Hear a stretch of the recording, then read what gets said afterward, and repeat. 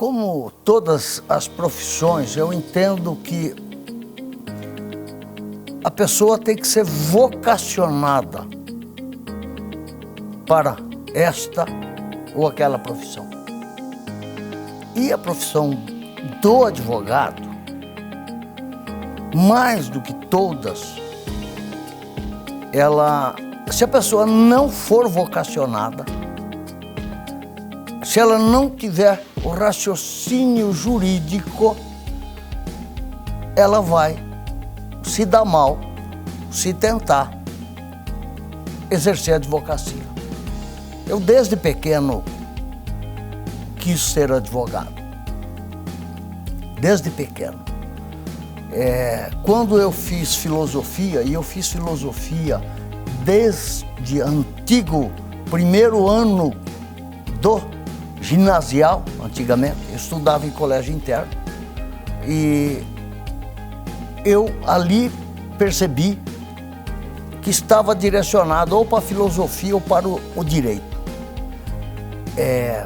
Então, eu tentei várias faculdades, comecei várias faculdades, e quando começava a fazer economia, quando comecei a fazer filosofia, quando comecei a fazer psicologia, eu via que não era aquilo que eu queria.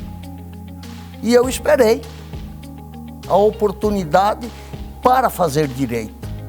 E quando comecei a faculdade de direito, já em 81, eu depois recomecei em 83, né? Já com 30 anos, eu percebi que era aquilo que eu queria. Eu não queria outra coisa. As faculdades, elas ensinam tão somente a legislação. Não há uma preocupação das faculdades em ensinar, em mostrar para o acadêmico de direito qual é o verdadeiro papel que o advogado cumpre na sociedade. O advogado, como todas as outras profissões, ele cumpre um papel essencial na sociedade, que é a defesa dos direitos, sejam eles direitos individuais, sejam os direitos coletivos, entende? Então, a faculdade não te ensina isso. O advogado, na sua área de atuação, ele tem que ser extremamente abnegado. Ele tem que ser desprovido daquele pensamento capitalista de querer ganhar dinheiro com a profissão. Você ganha dinheiro com a profissão, mas isso é consequência do trabalho desenvolvido. E para chegar à medida que ele vai avançando na profissão, ele vai fazendo uma série de intervenções como advogado sem nenhuma remuneração. E o advogado tem que ser um abnegado para entender isso. Em várias e várias atuações, ele não vai ter a remuneração pelo trabalho que ele faz. Entende? Sobral Pinto é um exemplo grande disso. Aqui no estado, nós tivemos o Nelson Trade, entende? Que são exemplos dessa abnegação. Entende?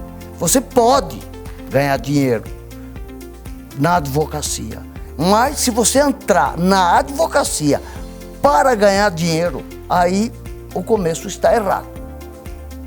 O começo está errado. Porque antes do ganho profissional, o advogado cumpre uma função social. Hoje, o sistema o Estado, ele disciplinou muito bem, a partir da Constituição de 88, a figura do defensor público. Mas muitas vezes a pessoa vem procurar o advogado e ele tem que abrir mão do ganho para a defesa do interesse daquela pessoa, porque é relevante, porque é importante para a sociedade. eu vou responder para você da seguinte forma. No direito civil, num processo de Carapó, o espólio foi condenado a pagar uma determinada indenização, que os bens deixados pelo espólio, que ultrapassavam 10, 12 milhões de dólares à época, eu fui procurado já na fase da execução daquela sentença. E eu fiz os embargos à execução, em que eu afirmava, defendia a tese de que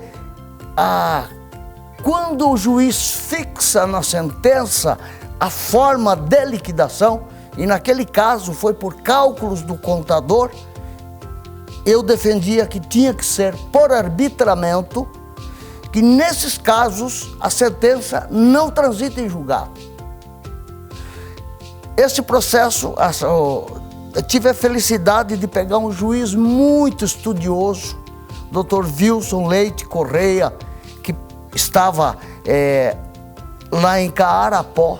Ele é um juiz extremamente estudioso, hoje ele está em Campo Grande, extremamente dedicado, e ele acatou essa tese e modificou a forma de liquidação, determinando que a liquidação fosse feita por arbitramento. Essa decisão foi mantida aqui no Tribunal do Estado, Tribunal de Justiça do Estado, por 2-1. Houve recurso para o STJ, e o STJ, a partir desse julgamento, editou a súmula 344, que diz exatamente isso, que se o juiz fixar a forma de liquidação na sentença e o juiz da execução ver que aquela forma implicará em injustiça, essa forma de liquidação, essa parte da sentença não transita em julgado. No eleitoral, eu advoguei na década de 90, eu era um dos poucos advogados que atuava ativamente no direito eleitoral. Quando houve a edição porque a Constituição de 1988 modificou a forma em que os partidos políticos deveriam ser constituídos, né? Existia, por advento veio da ditadura a lei orgânica dos partidos políticos. Então toda a organicidade estava definida na lei orgânica. A Constituição de 88 determinou que os partidos se organizassem pelo seu estatuto. Aí, em 95, foi editada a lei orgânica, a lei dos partidos políticos. E tiveram vários casos de duplicidade, que aí mudou a forma de filiação partidária, como que se extinguia aquela filiação partidária, e tiveram casos aí que o juiz passou a decretar duplicidade de filiação. Eu defendi a tese de que a resolução do TSE, as resoluções do TSE que disciplinam as leis eleitorais, elas têm a natureza jurídica de decreto. E isso foi aceito e confirmado pelo TSE. Tivemos também o caso também emblemático, porque foi o primeiro vereador cassado no Brasil, que é o processo do Miltinho Viana, que não serviu o Exército e se candidatou, e a Constituição Federal, no artigo 15, dentre outras questões, diz que quem se recusa a cumprir a obrigação a todos imposta tem o seu direito político suspenso. Eu defendi essa tese de que o Miltinho Viana, que se elegera vereador em 92, não poderia ter ser diplomado, porque ele se recusara a cumprir uma obrigação a todos impostas, que era o serviço militar obrigatório. E o TSE manteve essa decisão também, por 4 votos a 3, mas manteve. Então, são esses casos. E tem também, em 1992, eu advogava para os moradores do Jardim Novos Estados. Foi um processo muito conhecido aqui em Campo Grande. E tinha uma família que a mulher tinha 5 filhos excepcionais. E ela lavava roupa para sustentar essas crianças. E eu entrei com uma ação contra a Previdência Social, dizendo que a Previdência deveria pagar um salário mínimo para cada criança dessa. Essa matéria, a Constituição é que determina, diz respeito à assistência social e não à Previdência Social.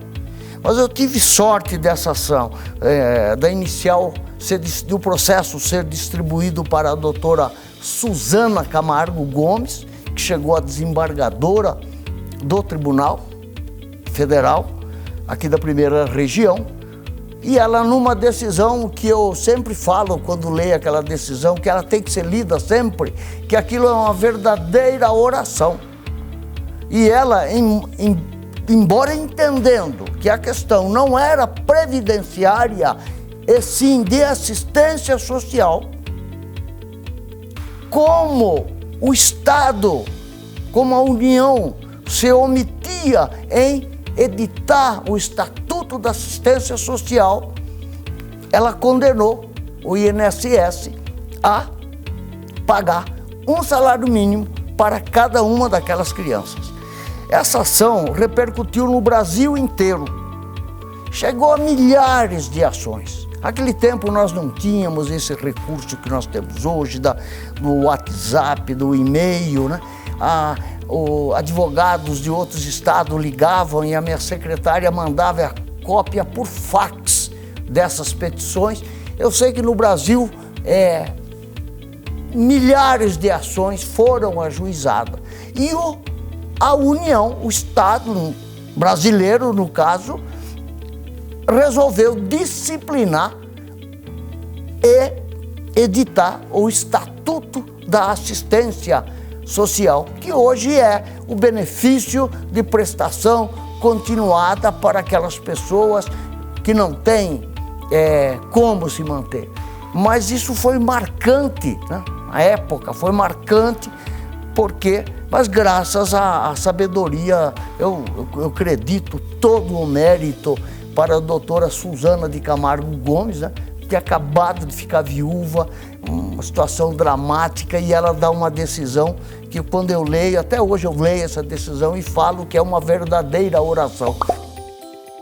Eu toda a vida, mesmo na época da faculdade, eu tinha uma preocupação: como estudar direito? Qual é a melhor maneira de você estudar direito?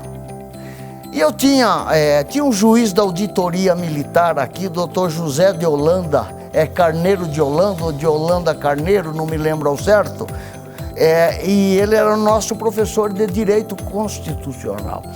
E eu fiz essa pergunta como acadêmico a diversos professores, e nenhum deles me respondeu.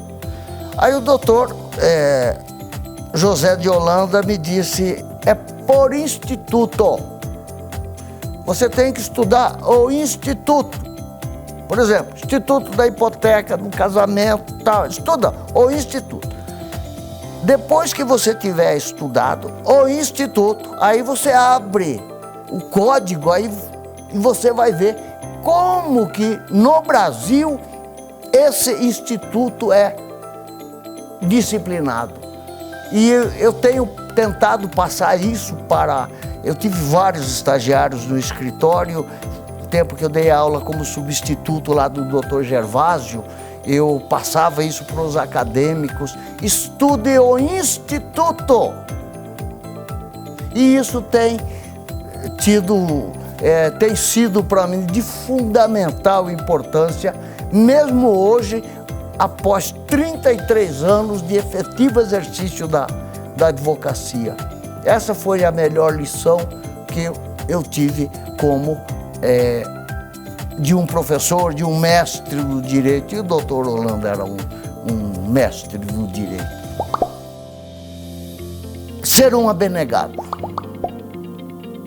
O advogado que não se propuser a atender esses casos que aparecem, e nós temos um monte de exemplos no Brasil.